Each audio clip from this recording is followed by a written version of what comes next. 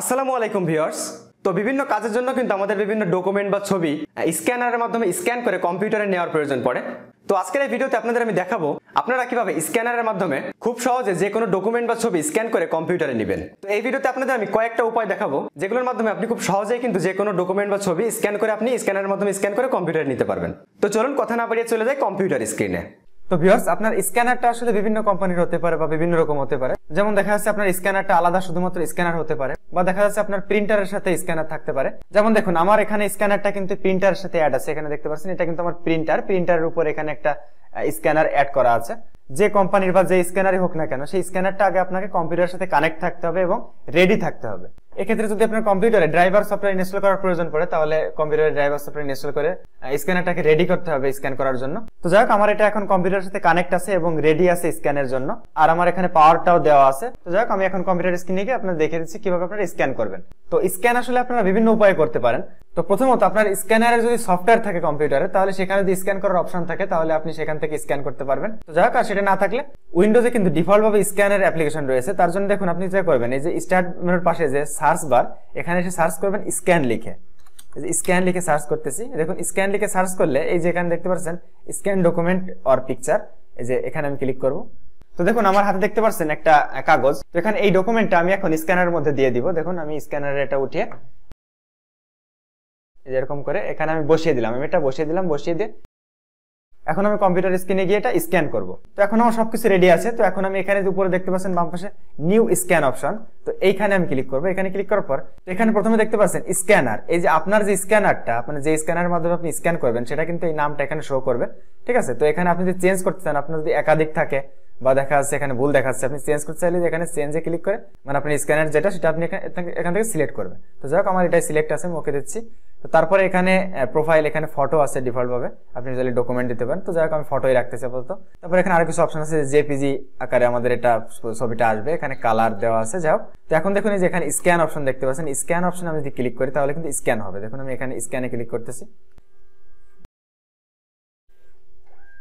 আমার ডকুমেন্টটা কিন্তু স্ক্যান হয়ে গিয়েছে, কত সুন্দরভাবে দেখতে পাচ্ছেন স্ক্যান হয়ে গেল। এই যে আমি এটা সেভ করার জন্য উপরে ফাইলে যাবো, ফাইলে গিয়ে সেভ এজে গিয়ে আমি কোথায় সেভ করবো, আমি ডেস্কটপ সিলেক্ট করে দিয়ে আমি একটা নাম দিয়ে দিচ্ছি। তো আমি নাম দিয়ে এখানে জেপিজি ফাইলে রাখতেছি, রেখে আমি এখানে সেভে ক্লিক করতেছি। এখন এটা আমার সেভ হয়ে গিয়েছে। দেখুন, আমি এখান থেকে এটা কেটে দিচ্ছি। কেটে দিয়ে এই যে দেখতে পাচ্ছেন আমার ডেস্কটপ এটা সেভ করেছে। এই যে এটা ক্লিক করলে এই যে আমি কিন্তু ডকুমেন্টটা কত সুন্দরভাবে স্ক্যান করে ছবি আকারে সেভ করতে পারলাম। তো তারপরে উইন্ডোজে আর একটা মাধ্যমে কিন্তু আপনি স্ক্যান করতে পারবেন, সেটা হচ্ছে পেইন্টের মাধ্যমে। আপনারা পেইন্টের সাথে হয়তো বেশিরভাগ মানুষের পরিচিত। তো এখানে এই যে স্টার্ট মেনুর এখানে পাশে সার্চ বারে আমি পেইন্ট লিখে সার্চ করতেছি। এই যে পেইন্ট যে অপশনটা উইন্ডোজে থাকে ডিফল্ট ভাবে, তো এটা আমি ওপেন করতেছি।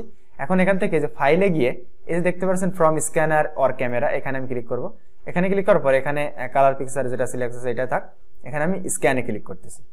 এই যে নিচের দিকে এখানে একটু লোডিং হচ্ছে। এই যে দেখতে পাচ্ছেন স্ক্যান হয়ে কিন্তু এখানে কত সুন্দরভাবে এটা চলে আসলো। তো এখন আমি এই যে এটা আবারও সেভ করতে চাইলে যে এখানে ফাইলে গিয়ে এখানে এই যে সেভ এজ বা সেভে আমি সেভে দিচ্ছি। সেভে ক্লিক করে এই যে ডেস্কটপে এই যে এখানে পিএনজি ফাইল দেওয়া আছে, এটা আমি চেঞ্জ করে জেপিজি ফাইলেও দিতে পারি। আমি সাপোজ জেপিজি ফাইল দিয়ে এখানে আমি ডেস্কটপে সেভে ক্লিক করতেছি। দেখুন, এটা কেটে দিচ্ছি। এই যে আমি যে এটা এই যে সেভ করে দিলাম। এই যে এটা আমি স্ক্যান করতে পারলাম কত সহজে। তো ভিউয়ার্স, এবার আমি দেখাবো আপনারা ফটোশপের মাধ্যমে কিভাবে কোনো ছবি বা ডকুমেন্ট আপনারা স্ক্যান করবেন। তো আমি এখন এই যে আমার এই ফটোটা আমি স্ক্যান করে দেখাবো স্ক্যানারের মাধ্যমে। তো এখন আমি স্ক্যানারের এটা উঠিয়ে এই যে আমার আগে যেটা দেওয়া ছিল এই কাগজটা, এটা আমি উঠিয়ে নিচ্ছি। এই ফটোটা আমি এখানে দিয়ে দিচ্ছি। আমি আসলে এখানে একটু বেকাতেড়া হতে পারে, সেটা ব্যাপার না, সেটা ফটোশপের মাধ্যমে ঠিক করে নিলেই হবে। তো আমি এরকম এখানে রাখলাম ছবিটা, এখানে রেখে আমি এটা নামিয়ে দিচ্ছি। এখন আমি কম্পিউটার স্ক্রিনে চলে আসতেছি।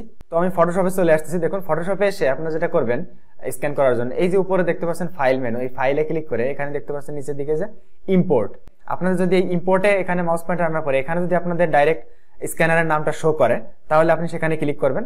আর যদি এরকম আসে, আমার মতো এরকম অপশন আসে, তাহলে এই যে নিচের অপশনটা এই যে WIA সাপোর্ট, এখানে ক্লিক করবেন। এখানে ক্লিক করার পর এখন কিন্তু আমি যে স্টার্টে ক্লিক করব। তো তার আগে যেটা আমাকে করতে হবে অবশ্যই, এই যে এখানে দেখতে পাচ্ছেন open acquired image in Photoshop, এখানে আমাকে অবশ্যই টিক মার্ক দিয়ে নিতে হবে। যদি এরকম অপশন থাকে এখানে টিক মার্ক দিয়ে নেবেন। টিক মার্ক দিয়ে স্টার্টে ক্লিক করবেন। এই যে দেখুন, এখানে আমার স্ক্যানারটা আসছে, দেখাচ্ছে। ওকেতে ক্লিক করতেছি। ওকেতে ক্লিক করার পরে এখন এখানে আমি স্ক্যানার দিয়ে ক্লিক করে স্ক্যান হবে। দেখুন, এখানে আমি স্ক্যানে ক্লিক করতেছি। এই যে দেখতে পাচ্ছেন স্ক্যান হয়ে আমার ফটোটা কিন্তু এখানে চলে আসছে। এখন এটা বেকাতারা আসলে ঠিক করে নিতে হবে। যেমন দেখুন, আমি যদি এটা একটু ঠিক করি, আমি প্রথমে একটু ক্রপ করে নিচ্ছি এটা। এখানে আমি এই কোণার দিকে মাউস পয়েন্টার এনে প্রথমে একটা একটু সোজা করে নিচ্ছি, ক্রপে ক্লিক করে আবার এখান থেকে ক্রপ করে দিচ্ছি। এখানে আরেকটু হালকা একটু বাঁকা আছে, এটা আমি একটু ঠিক করে দিচ্ছি। আমি সোজা করে সুন্দর করে ফেললাম। এখন আমি এখানে ফাইলে গিয়ে সেভ এজে গিয়ে আমি এটা সেভ করে দিতে পারি। এই যে ডেস্কটপে আমি সাপোজ এটা এই যে জেপিজি ফাইল এখানে সিলেক্ট করে আমি সেভে ক্লিক করতেছি, সেভে এই যে ওকেতে ক্লিক করতেছি।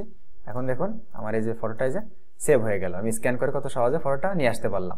আবার ফটোশপ বাদে এখানেও কিন্তু যে পেইন্টের মাধ্যমে অথবা যে উইন্ডোজের স্ক্যানের মাধ্যমে কিন্তু আমি ছবি স্ক্যান করতে পারতাম। সাপোজ আমি এখানে গিয়ে যে আমার দেখুন এই যে আগের এটা আমি এখান থেকে ডিলিট করে দিচ্ছি, ডিলিট করে দিয়ে এখন এই যে আমি নিউ স্ক্যানে ক্লিক করে এখানে এরকম রাখতেছি, আমি রেখে স্ক্যানে ক্লিক করতেছি। আমার স্ক্যানের মধ্যে কিন্তু ছবি দেওয়া আছে, তো দেখুন এখানেও কিন্তু আমি ছবিটা যে খুব সহজে স্ক্যান করতে পারলাম। তো ভিউয়ার্স, এভাবেই কিন্তু আপনি খুব সহজেই যে কোনো ডকুমেন্ট বা ছবি আপনি স্ক্যানারের মাধ্যমে স্ক্যান করে কম্পিউটারে নিতে পারবেন। তো আশা করি আপনারা সম্পূর্ণ ভিডিওটি বুঝতে পারছেন। তো ভিডিওটি ভালো লাগলে প্লিজ লাইক, কমেন্ট, শেয়ার। আর আপনার কোনো কিছু জানার থাকলে সেটা আমাকে অবশ্যই কমেন্ট বক্সে জানাবেন। তো আজকের এই ভিডিওটা এই পর্যন্তই। সবাই ভালো থাকবেন, সুস্থ থাকবেন। আল্লাহ হাফেজ।